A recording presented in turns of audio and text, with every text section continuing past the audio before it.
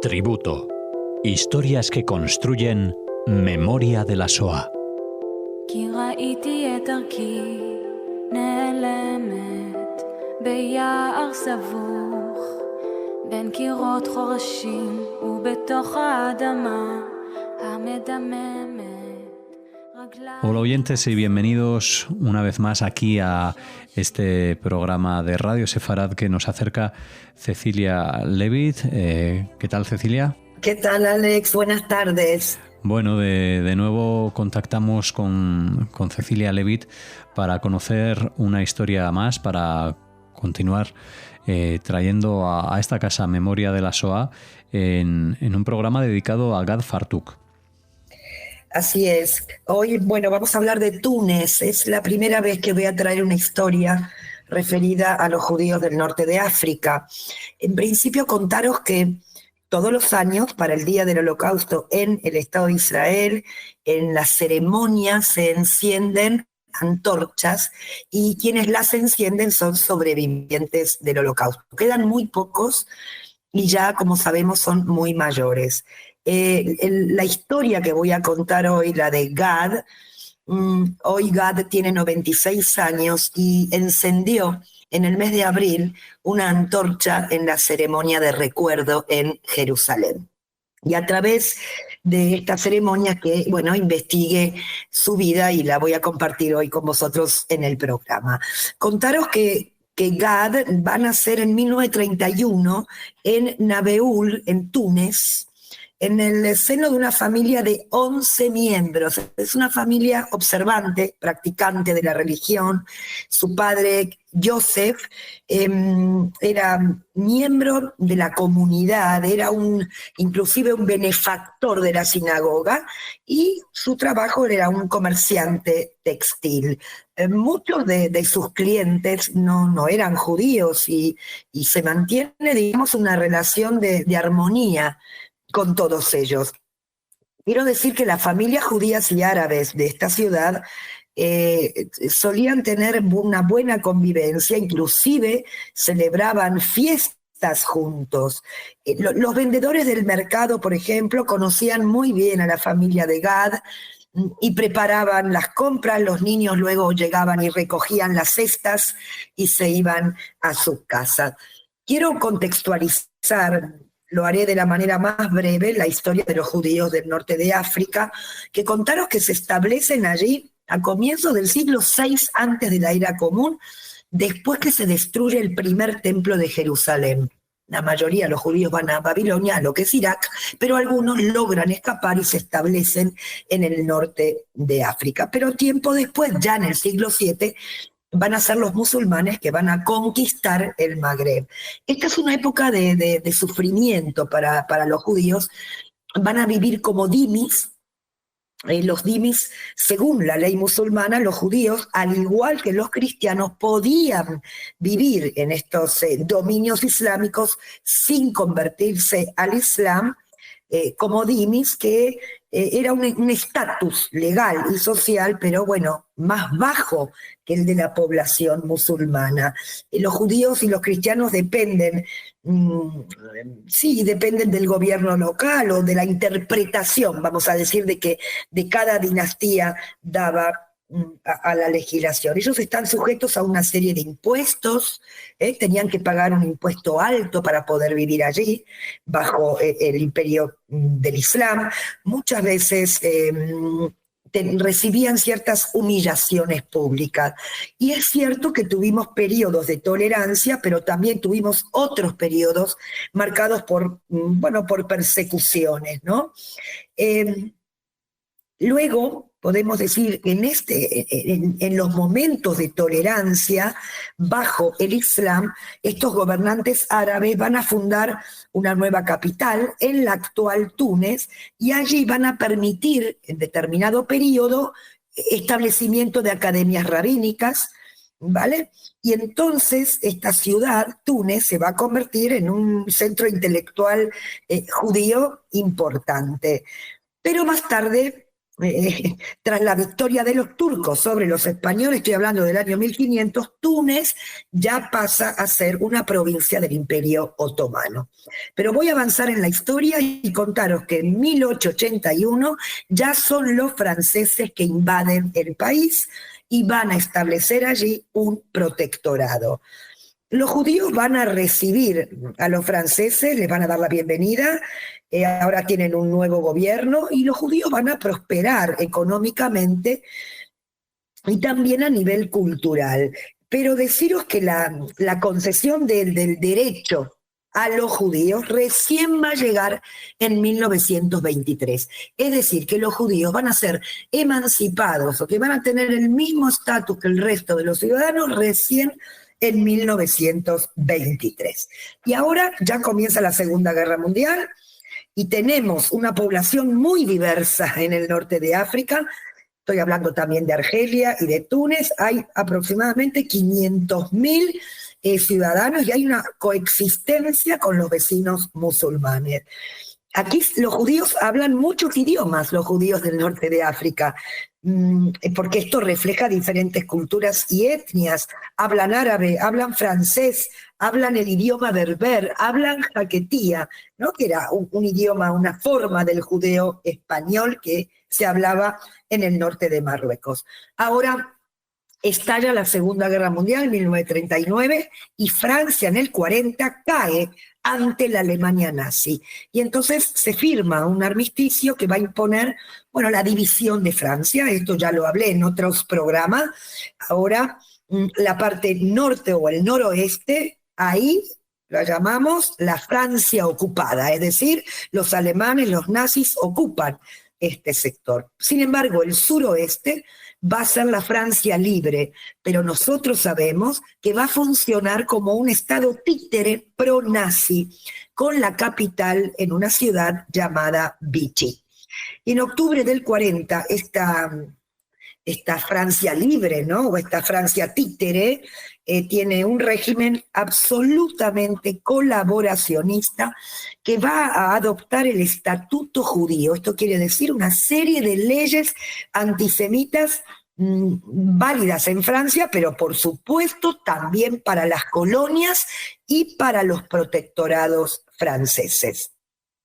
Entonces, en el 42 ya la Alemania nazi ocupa Túnez. Inmediatamente se instituyeron leyes raciales, se van a extinguir todas las organizaciones comunitarias judías y se van a confiscar las propiedades de todos los judíos que fueron obligados a llevar la estrella de David en su ropa.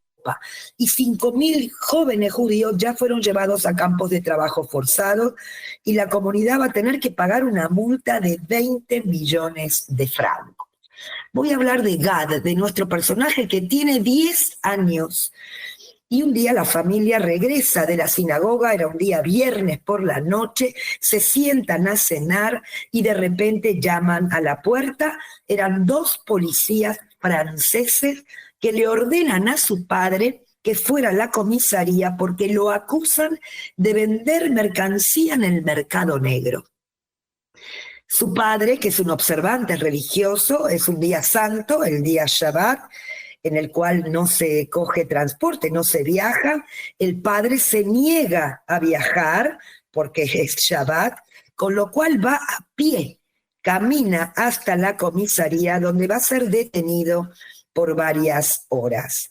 El padre de Gad, Joseph, entiende que al ser judío lo iban a culpar aún sin pruebas y que le sería muy difícil continuar su vida allí.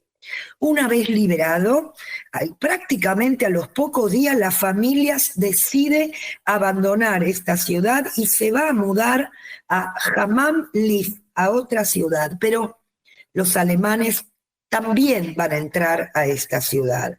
Ahora, su padre Joseph prohíbe a sus hijos salir de la casa, les prohíbe decir que son judíos, y para salir, su padre se disfraza, se camufla de árabe para salir a la calle, y por un tiempo van a vivir con identidades falsas.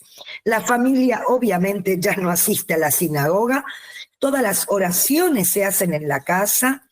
Su madre, Ohaya, enferma y va a fallecer. Al poco tiempo ellos siguen escondidos. Joseph conoce a una nueva mujer, se va a casar con ella, esta segunda esposa se llama María, y María va a cumplir el rol de madre. El miedo a los nazis es enorme, es un miedo de muerte. Los alemanes entraban en las casas buscando judíos para deportarlos a los campos, y si no se presentaban, sacaban a la familia fuera de los escondites y les pegaban un tiro a uno de sus integrantes frente al resto de la familia. Joseph, el padre, consigue un escondite y se oculta. Y María va a enviar a los dos hermanos mayores de Gad, Víctor y Fesi, con vestimentas árabes a esconderse en el bosque.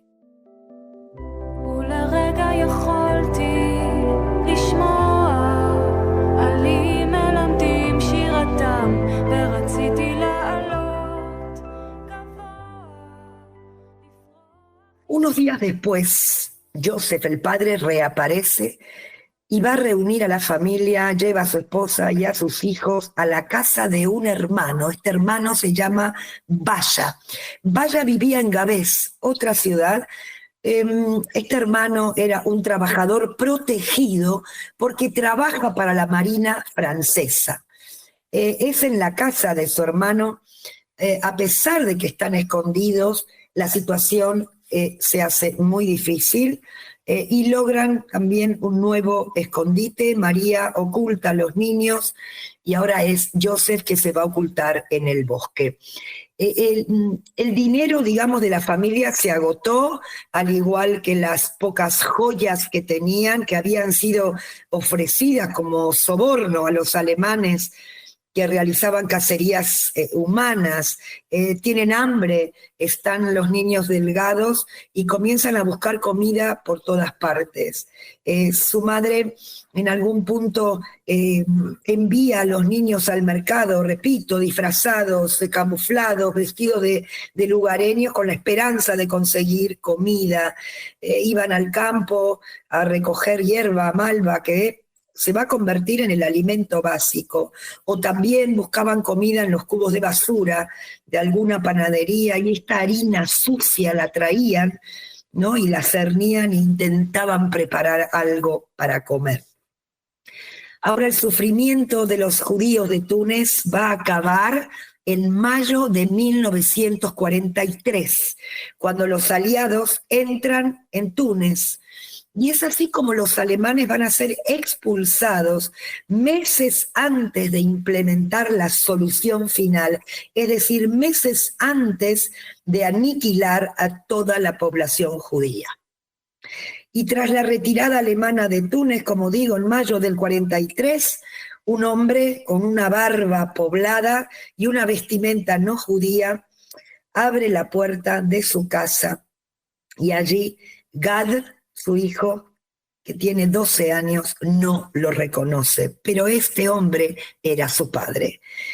Gad lo va a llevar con el resto de sus hermanos que estaban escondidos, quienes tampoco reconocieron a su padre. Reunida la familia va a regresar a Nabul y allí van a celebrar la bar mitzvah, es decir, la comunión, esta ceremonia de mayoría de edad en el judaísmo. Van a celebrar esta ceremonia de Gad con sus 13 años. Y tiempo después se van a mudar a Túnez, donde Gad, que es en el centro, en la ciudad, se va a unir a un movimiento juvenil llamado Hashomer Hatzair y se va a convertir en un miembro activo. Este movimiento Hashomer había sido fundado en 1920 en Galicia, en Polonia, ¿no?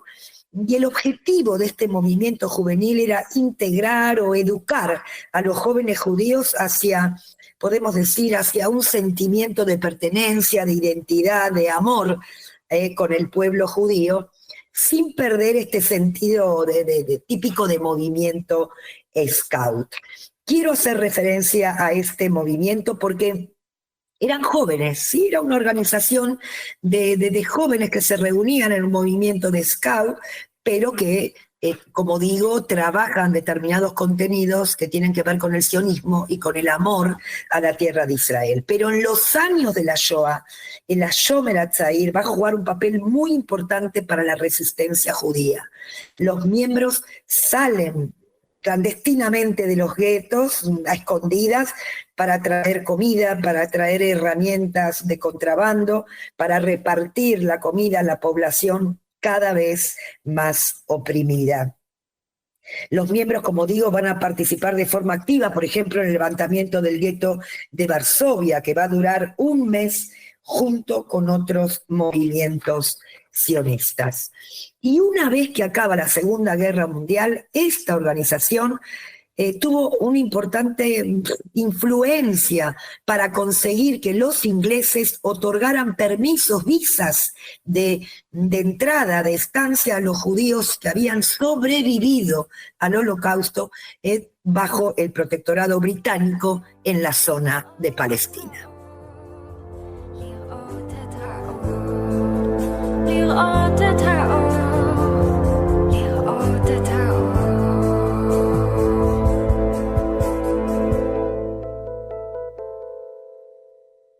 En marzo del 48, Gad, que ahora pertenece, es miembro activo de la Shomer Hatzair, de este movimiento, que quiero hacer hincapié porque este movimiento surge también de este odio europeo, surge del antisemitismo. Por ejemplo, los judíos tenían prohibido asistir a estos movimientos de scout.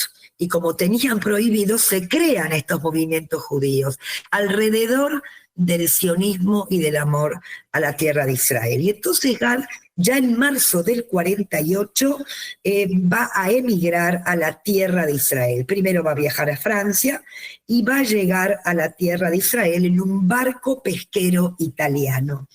La sensación de felicidad cuando llega a la tierra de Israel es enorme. Es una sensación, él la describe como de pertenencia, de ser libres, de llegar a casa, ¿no? De regresar a casa.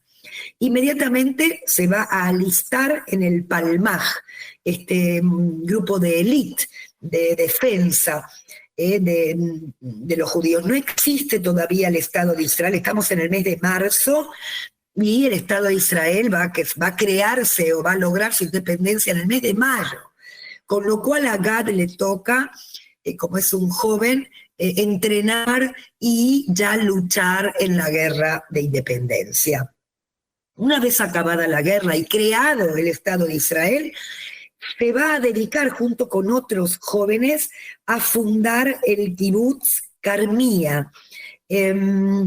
Estos kibutzim, estas aldeas agrícolas, tienen una ideología socialista, eran comunas donde, dada la situación de precariedad en la que llegaban los sobrevivientes, podían compartir, tenían vivienda segura, tenían trabajo seguro y tenían un sustento seguro. Y él, con su corta edad, va a ser parte de la fundación del kibutz Carmía. Y más tarde ya se va a establecer en la ciudad de Ashkelon. Deciros que primero se va a dedicar a la fotografía como un aficionado, pero más tarde Gad se va a convertir en un fotógrafo profesional y ese va a ser su trabajo a lo largo de toda su vida. Gad se va a casar con Emona, tiene 4 hijos, 13 nietos y 8 bisnietos. Como digo, en abril acaba de encender una antorcha de recuerdo. Les dejo el enlace para que lo puedan ver a él con sus 26 años, contar su historia. Y él al final de un pequeño vídeo dice: esta familia tan grande, mis 4 hijos, mis 13 nietos, mis 8 bisnietos, esta es mi venganza por el sufrimiento causado por los nazis, esta enorme y rica familia que tengo. Voy a cerrar este tributo de Gad y, como siempre hago, tocar ciertos temas, ¿no? Primero Túnez, o los judíos del norte de África, cómo es que llegan esta vida, ¿no? Este contexto histórico que me parece sumamente rico y que también es muy importante profundizar y conocer. esta convivencia que hablan con los árabes, con los musulmanes, tiempos buenos, tiempos también de sufrimiento. Una vez que empieza la Shoah o esta persecución, yo pienso en todo el tema de esconderse, ¿no? De buscar un escondite y sobre todo el miedo. Pienso en los bosques, en el frío, en esta desprotección, también en la humillación. Y sí, mi hincapié hoy para cerrar es en la importancia que han tenido estos movimientos juveniles sionistas, que lo que hicieron fue, como digo, impartir el amor a la tierra de Israel, pero entender también la necesidad de tener un Estado propio, un Estado judío, ¿no? Tener una patria propia en la que podamos ser libres como judíos. Y con esto me despido. Pues como siempre, agradecerte, Cecilia, que acerques a los oyentes de Radio Sefarad una nueva historia, en este caso la de Gad Fartuk, que has descrito a lo largo de estos minutos y que les invitamos a compartir. Gracias, Cecilia, y hasta la próxima. Un abrazo, Alex. מכל כאביי, מכל בדידותי.